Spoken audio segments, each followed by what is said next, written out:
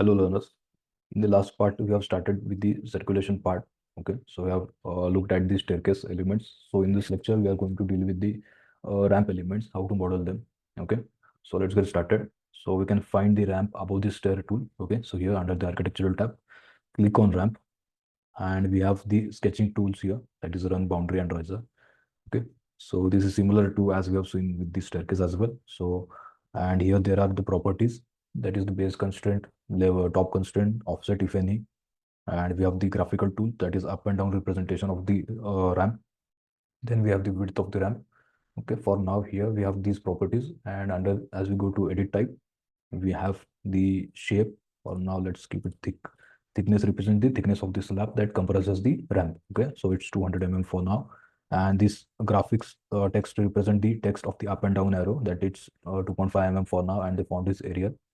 You can assign the ramp material if you wish any. So let's assign it as a concrete. So I'll just type concrete, and here we have assigned the ramp material as concrete. So there are a few more constraints here, that is the maximum inclined length allowed for a single piece of ramp is 12 meters, that is 12,000 mm, and maximum slope here, let's give it a little bit flatter slope, so it's 1 in 12. So apply, okay, and we are free to sketch the ramp. So all you need to define is the first point and extend it in the direction you want. So as you can see, there is a preview that is formed as I move my cursor in any direction. Okay, so if I move my cursor beyond the 12,000 mm mark, you can see even if my cursor is extending beyond that part, my ramp is still limited to 12,000 mm. This is because the properties that we have set, that is the single piece of ramp should not exceed 12,000 mm, okay, or 12 meters. So even if my cursor goes beyond it, only the 12 meters ramp is created and it won't be any extending any further. Okay, so let's finish it, and in this way we have our ramp.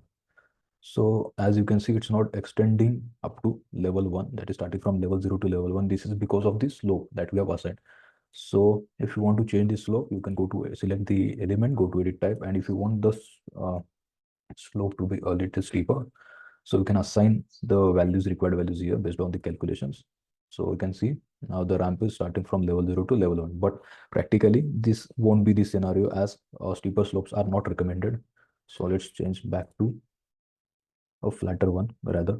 Okay, so we have the flattest ramp here. So when you go to edit sketch again, run, and if you just continue creating another ramp, you can have it connected. Just finish, edit type. Now you can see my ramp is now turned and it's moving up in the level 1 direction.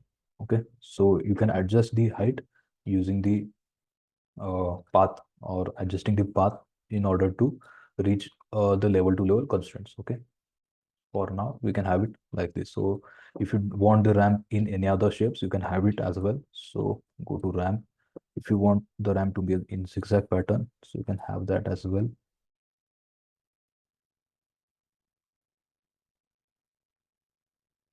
Only the thing is the single piece of ramp is not extending beyond the set value, that is for here in the example it's 12,000 mm.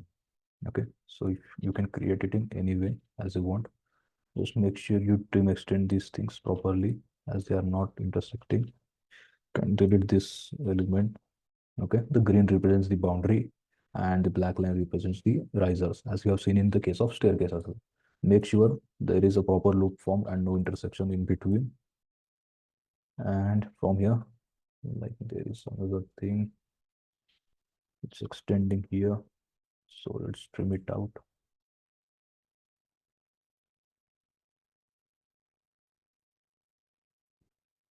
Okay, now let's finish it. Go to 3D. So we have a zigzag ramp model. Okay, the railings are by default placed here. So in this way, you can have any of your ramp model of any shape you desire. Okay, so if you go to the ramp, select the ramp again and go to edit type.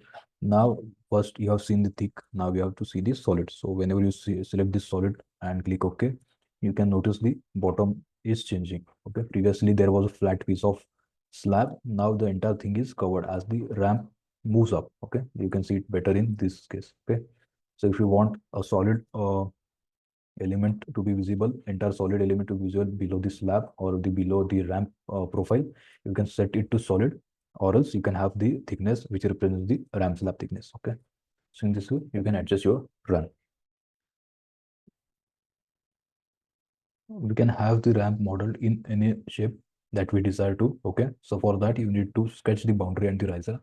So let's take an example of how it can happen. So let's select the boundary and take any desired tool that you wish, like this shape of the to define the shape of the ramp or the profile of the ramp. Okay, for now I've selected the curve one, so I want my ramp in a curve fashion. So here I have my one side boundary created. I'll just copy this here and just model the risers here.